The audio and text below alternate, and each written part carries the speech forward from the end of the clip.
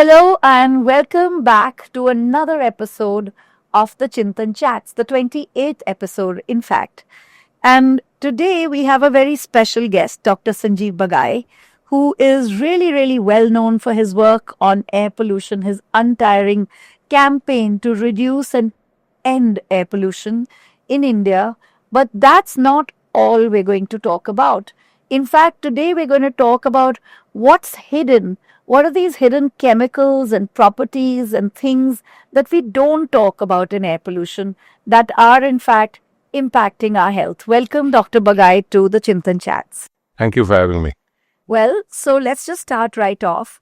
We talk about SOx, NOx, sulfur dioxides, ozone, all of these things. But what is it? What are the key things that we're totally forgetting about when we talk of air pollution? And what are those things we need to know about? So, I think it's important to put some facts and statistics right in front of us. Overall, in the world, we are losing approximately 5 to 6 million people directly because of air pollution.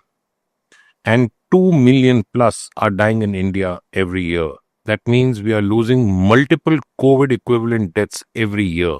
So we have multiple COVIDs in India every year caused by air Literally in pollution. terms of a fatality number.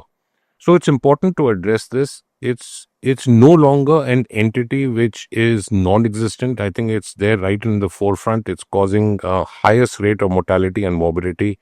60% of the deaths all over India are because of non-communicable diseases, and air pollution is contributing almost 20% of deaths all over India. And one amongst the highest contributors of death rate all over India is in Delhi NCR. So I think it's important to address it. It's not only PM, what we call as the celebrated rascal in air pollution as PM1, PM2.5, PM5, PM10. So PM means particulate matter. So this is in micro calculatory methodology, but it contains gases which includes carbon dioxide, SOx, NOx, which are dioxides or sulfur compounds, and nitrogen compounds, carbon oxide, methane, and benzene. Apart from that, it contains hydrofluorocarbons, carcinogens, procarcinogens, heavy metals like lead and mercury, and not to forget the ozone effect. And then lastly, which is never spoken about, which is plastic, microplastic, nanoplastic. Now, in fact, it is called as micro nanoplastic. So what is micro nanoplastic? Right. So when you talk in terms of plastic, so we are living in a plastic world. Right from the time the child is born, we put a soother in the baby's mouth, or we bottle feed, which is entirely wrong. The syrups of antibiotics and cough syrups and antipyretics are also in plastic bottles. The water we store is in PET bottles, which is plastic. The microwavable containers which we reheat food is plastic. So plastic does not go away from the environment.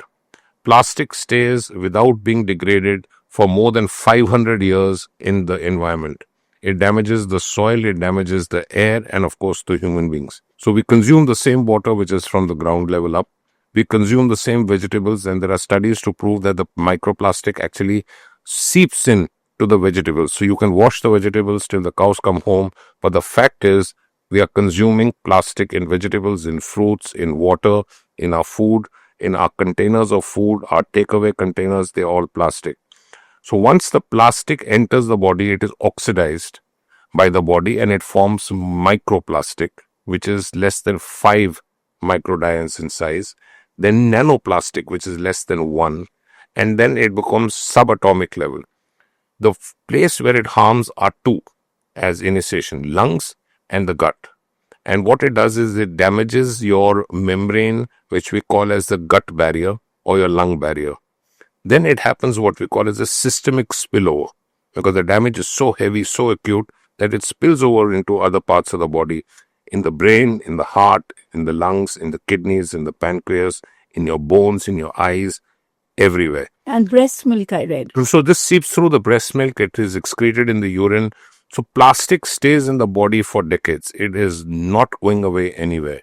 And these are these micro and nanoplastics. So we Micro don't and see nano- them even. Yeah, micro and nanoplastic, they are invisible, they are odorless, they are colorless. We just ingest them. International studies have shown that every human being can inhale or ingest 75,000 to 1.2 lakh micro and nanoplastic filaments and crystals every year of their life. That's huge. Yeah, and this is deposited in the body and then it causes series of side effects which we will highlight during the course of this discussion. It's also important here to realize that when you talk in terms of air pollution is not a winter phenomena in Delhi NCR or in regions which are winter prone. So, air pollution from plastics really is a phenomenon that ought to be seen as a year-round phenomenon. Absolutely. Even in our best months in Delhi, we are running 24 to 30 times higher than the WHO recommended levels of ambient air pollution, which is PM 2.5 and other gases. So this is something which we need to address all 12 months in a year. But only focusing on the 5 months of winter, in the air which we breathe, it is equivalent in terms of the AQI. And these are again published studies in Lancet, in New England Journal of Medicine, Nature.com, host of other journals. It is equivalent to smoking 25 and going up to 60 cigarettes in the body every day, which amounts to, in 5 months, smoking almost 9,000 cigarettes without actually smoking a cigarette. Which and we is know what ridiculous. harm it does. Yeah. And this, because of the minutes lost per cigarette which we smoke, it amounts to loss of 11 to 11 and a half years of our adult life. Pollution is largely preventable. So we need a government plan, stricter regulations, strong implementation. I will go to the extent of saying there should be a separate ministry to combat air pollution, run by scientists, environmentalists, and researchers and doctors. So, with this serious crisis, and you brought in the whole new thing about plastics, would you say then, would it be an exaggeration to say that the loss of life that you highlighted of about 11 years in Delhi, for example, but there are losses, comparable losses across India, do you believe that, would it be too much to say that plastic could cost you your life? Plastic kills. It kills fast, it can kill slow, but it will kill for sure. That's the bottom line. Plastic kills. It How goes does it- nowhere. How does it kill? So once it enters into your lungs, it seeps through your lung barrier, what we call as alveoli. So it causes what we call as oxidative stress. That means a series of proactive compounds and proteins and enzymes are released because this is an inflammatory object. Plastic is an inflammatory object. It's entering into your lungs, it spills over into your bloodstream, it is ingested through the gut, it goes through your gut barrier and it is absorbed in the bloodstream and it goes all over. So, what is an inflammative object? So, inflammatory marker means it causes a series of events in a cell to precipitate the cell death. So, it causes swelling in the cells, release of enzymes. It's a very much kind of cytokine storm which we see in viral infections. It's exactly the same. So, plastics are causing cytokine storms, is what you're Absolutely, suggesting. absolutely, and this is documented. Also, what the cell undergoes is either it dies or before it dies, it can release a host of chemicals which can make it into precarcinogen and then ultimately land up with cancers. There are studies to show the last 10 years versus the previous 10 years. The plastic exactly calculated in the blood serum is 20% higher than what it was in early 2000s. That means our overall exposure to plastic is exponentially increased. So just to highlight what it does in the body, plastic has more than 100 chemicals which are harmful. These are toxins. You mean you're talking of additives to plastic, the polymer? The ingredients of plastic has more than 100 chemicals. All are harmful to the body. But I will highlight 4 of them which are even more harmful. They are the big daddies of the gang. So the first one is called as bisphenol A. In short form, it is called as BPA. The second is called as DHT, which we call as phthalates. The third is antimony. And fourth is formaldehyde and aldehyde. What are these compounds actually found in? They are found in wiring of cars. They are found in electrical wirings. They are found as ingredients of paint. They are found in car exhaust. They are found in resins and so on. Clearly, the body is not born or natured to absorb these kind of toxins. Once the chemicals enter the body, they have a spillover effect, and then it forms into small little crystals, what we call as micro and nanoplastic. Through the bloodstream, it affects the brain. In the brain, it can cause strokes, it can cause hemorrhage, it can cause dementia, Alzheimer's, and a host of other organic dysfunction. In the heart, it can actually precipitate heart attacks, and there are studies to show that the plaque, the blockage in the coronary arteries, is not only atherosclerotic, that means it's not fatty tissue, it's also plastic. Is that documented? This is documented, researched through histopathology samples. What is a histopathology That means sample? once the person unfortunately dies, we get a sample of the coronary arteries through autopsy, and they have published these studies. I see. In the brain, it causes cardiac defects of arrhythmia, it can cause enlargement of the heart, it causes lung cancer, kidney cancer, pancreatic cancer, cancer of the breast, cancer of the lungs, cancer of the bone, and other places. It causes anemia, it damages your bone marrow.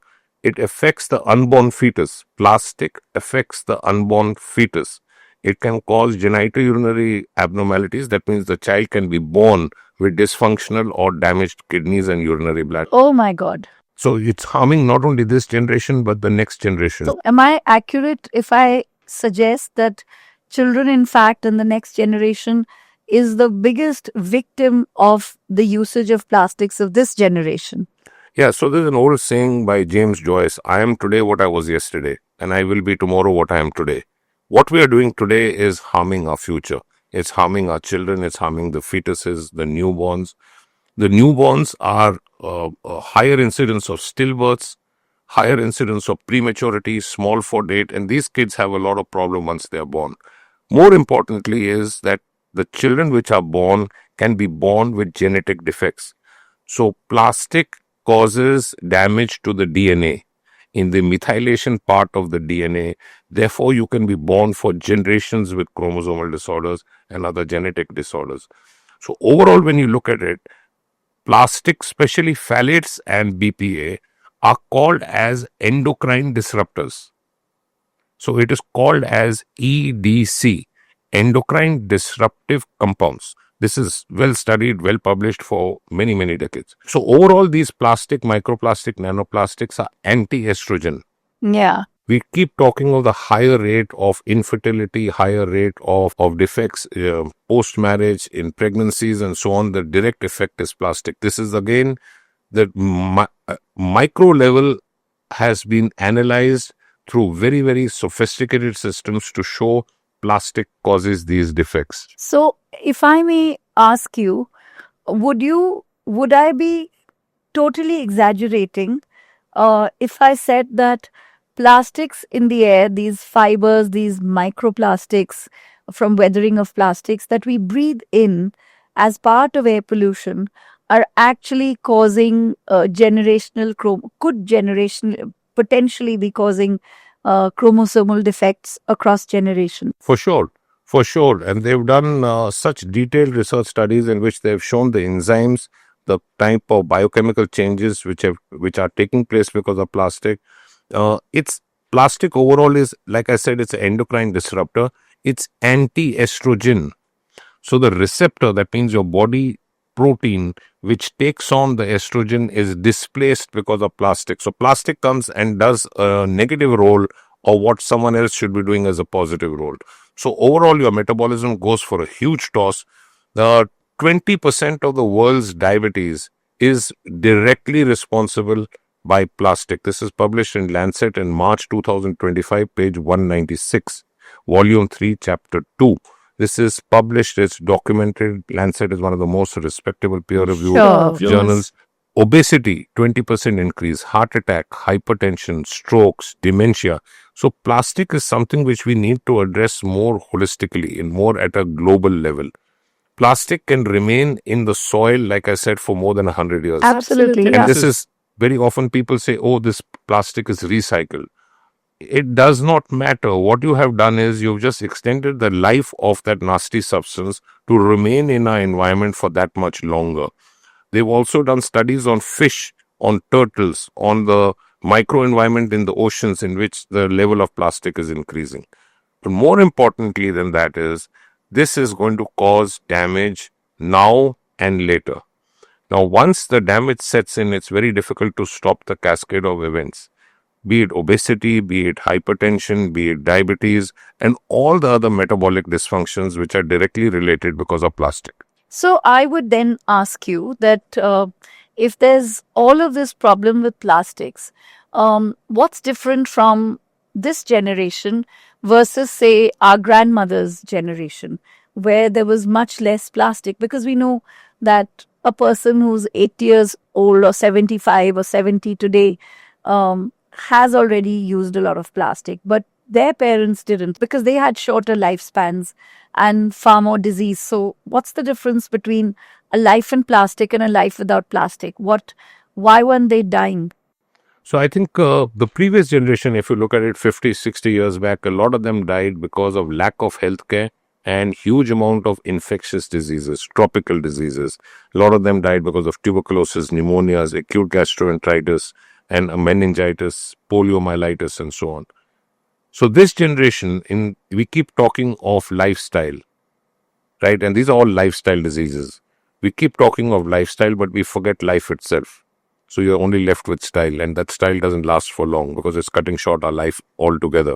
So this generation, we need to focus on things which are more environmentally friendly, things which are more compatible with the human body.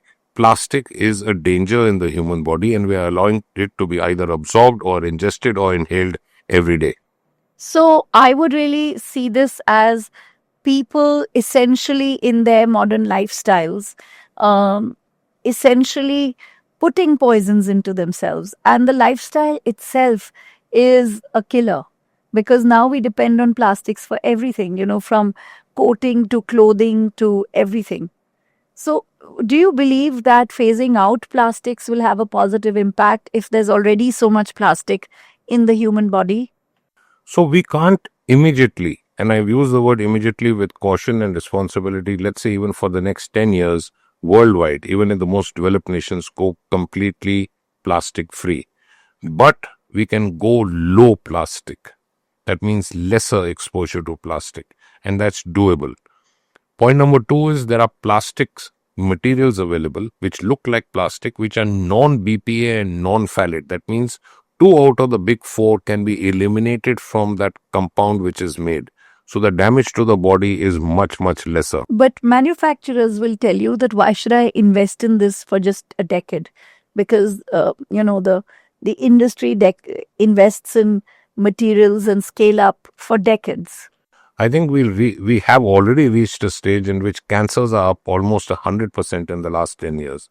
Diabetes, more than half the Indian population will be diabetic or pre-diabetic by 2050. 40% of children below the age of 10 and 15 are going to be pre-diabetic. Obesity is almost increasing 80 to 90%. Hypertension, strokes, dementia, Alzheimer's, Parkinsonism, bone disease, anemias, and so many other diseases. It's cheaper to invest in plastic-free compounds rather than to treat. So what's the real impact of this air pollution? It's 7 lakh crores every year. That's almost 3% of the annual GDP. Yeah, absolutely. So what we are losing because of preventable diseases, only that same amount we are investing actually in health. Right. Just see the dichotomy. So if we invest this in health, and we invest this in preventing causes and diseases which can be prevented, India will be a lot healthier. Yeah, absolutely. And the challenge is that often plastics is seen as something that cannot be reduced because of livelihoods. Because the idea is that, well, people will lose their livelihoods and we need a just transition. And do you have thoughts about this livelihood vision and what could be a just transition, say, for people like fisher folk who use these plastic nets or waste pickers who 60% of the income depends on plastic? What could be that vision? See, 10 years back, everyone said that e-vehicles are just a myth. Yeah. The world is moving towards e-vehicles, right? It's more environmentally friendly, causes less air pollution, it's cheaper to buy. There are government subsidies being given.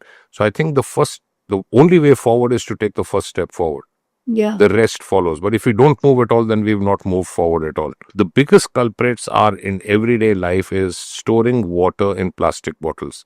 There are studies to show PET bottles versus glass bottles for storage, in which the time of exposure, the duration of exposure, and the temperature of the environment has a direct correlation to what we call as the leaching effect. That means you buy a bottle of water, be it of any brand, it's manufactured in the company, it comes through large trucks, exposed especially in parts of India in 40-45 degrees temperature. Then it is stored in shops, again mostly in open air and exposed to sunlight and huge heat. And then it comes into our houses, the bottled water. Then we again store the water after it's RO'd in plastic bottles. So the amount of time, so the studies have shown every hour more of exposure in plastic bottles causes more plastic to leach into the water from the container. The temperature decides every degree rise increases the leaching effect of plastic into the water. Second is the takeaway. The takeaway culture is all plastic containers. We feel very happy sitting in an AC room having a good takeaway, but we are also ingesting plastic. And lastly, all medical formulations should start moving away from plastic. Tell me more about the medical formulations. So all the syrups, the antibiotic syrups, the cough syrups, the painkillers, the anti-fever medicines, all children below the age of 5 or 6, where the absorption is the maximum for plastic, is in plastic bottles. So be it paracetamol, be it amoxicillin syrups, be it And you see a lot of syrups. children in Yeah, your so they're all practice. plastic, and this is not good.